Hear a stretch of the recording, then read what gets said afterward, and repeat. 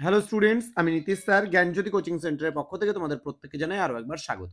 তো স্টুডেন্টস, আজকে আমি তোমাদের সঙ্গে যে বিষয়টি নিয়ে আলোচনা করব সেটা হচ্ছে এনইপি 4 ইয়ার আন্ডার গ্র্যাজুয়েট প্রোগ্রামের অধীনস্থ third semester major 3 Bengali suggestion 2024 নিয়ে আলোচনা করব।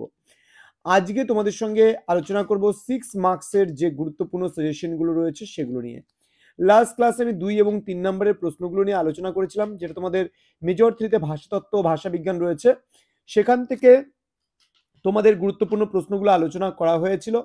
আজকে পার্ট 2 ভিডিও, সেখানে আমি আলোচনা করব 6 মার্কস অর্থাৎ তোমাদের গুরুত্বপূর্ণ 6 নম্বরের প্রশ্নগুলো। যারা এখনো চ্যানেলটিকে সাবস্ক্রাইব করনি তারা অবশ্যই চ্যানেলটিকে সাবস্ক্রাইব করে পাশে থাকা বেল আইকন অল প্রেস করে রাখো, যাতে নেক্সট টাইম থেকে কোনো ভিডিও আপলোড করলে তার নোটিফিকেশন তুমি সবার আগে পেতে পারো।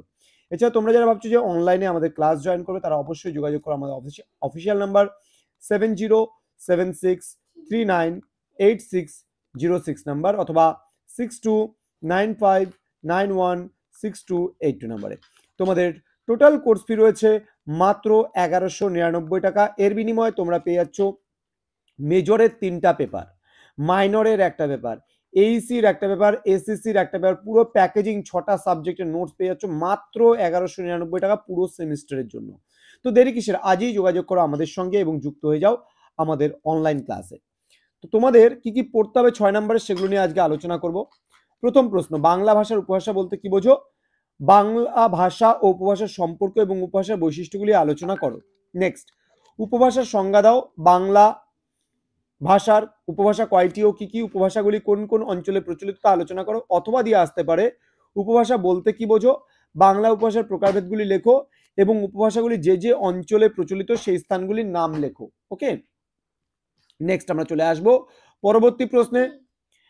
3 নাম্বার যে প্রশ্নটা রয়েছে, ভাষা উপভাষার সম্পর্ক লেখো এবং সাধু ও চলিত ভাষার সম্পর্ক নির্ণয় করো। পরবর্তী প্রশ্ন, স্বরধ্বনি কাকে বলে? বাংলা ভাষার স্বরধ্বনিগুলির সামগ্রিক পরিচয় দাও। নেক্সট, উচ্চারণের স্থান ও উচ্চারণের প্রকৃতি অনুযায়ী বাংলা ভাষার উচ্চারিত স্বরধ্বনিগুলির পরিচয় দাও। নেক্সট, ব্যঞ্জনধ্বনি কাকে বলে? ব্যঞ্জনধ্বনিগুলির উচ্চারণ স্থান অনুযায়ী শ্রেণীবিভাগ করো। নেক্সট, স্বরধ্বনি কাকে বলে? বাংলা ভাষায় মৌলিক স্বরধ্বনি কয়টি ও কি কি, উচ্চারণ স্থান ও উচ্চারণ প্রকৃতি অনুযায়ী মৌলিক স্বরধ্বনিগুলির শ্রেণীবিভাগ করো। নেক্সট, মৌলিক স্বরধ্বনি কাকে বলে? বাংলা ভাষায় মৌলিক স্বরধ্বনিগুলি উল্লেখ করো। জিহ্বার অবস্থান অনুযায়ী মৌলিক স্বরধ্বনিগুলির শ্রেণীবিভাগ করো। ওকে, নেক্সট আমরা চলে আসবো পরবর্তী প্রশ্নে, স্বরসঙ্গতি কাকে বলে? স্বরসঙ্গতি কয় প্রকার ও কি কি, উদাহরণ দাও। নেক্সট, সমীভবন কাকে বলে? সমীভবন কয় প্রকার ও কি কি। নেক্সট, সরলোপ বা সম্প্রকর্ষ কি, তার শ্রেণীভাগ আলোচনা করো। ওকে, নেক্সট আমরা চলে আসবো পরবর্তী প্রশ্নে, যেটা বলেছে পৃথিবীর বৃহত্তম ভাষাগোষ্ঠী বা ভাষাবংশ কোনটি, তার পরিচয় দাও। নেক্সট, গোত্র ও বংশানুযায়ী ইন্দো ইউরোপীয় ভাষাবংশগুলির বিভাজন করো। নেক্সট, ইন্দো ইউরোপীয় ভাষাগোষ্ঠীর শাখার নাম এবং বিস্তারিত বিবরণ দাও। নেক্সট, টিকা লেখো কেন্তাম এবং সতম। নেক্সট, বাংলা ভাষার উৎপত্তির ইতিহাস বর্ণনা করো। দেন, রূপিম কাকে বলে? রূপিমের বৈশিষ্ট্য উল্লেখ করো। নেক্সট, অক্ষর বা দলের সাথে রূপিমের পার্থক্য লেখো। এই কয়েকটা প্রশ্ন তোমরা যদি পড়ো তাহলে তোমরা এখান থেকে কমন পাবেই পাবে।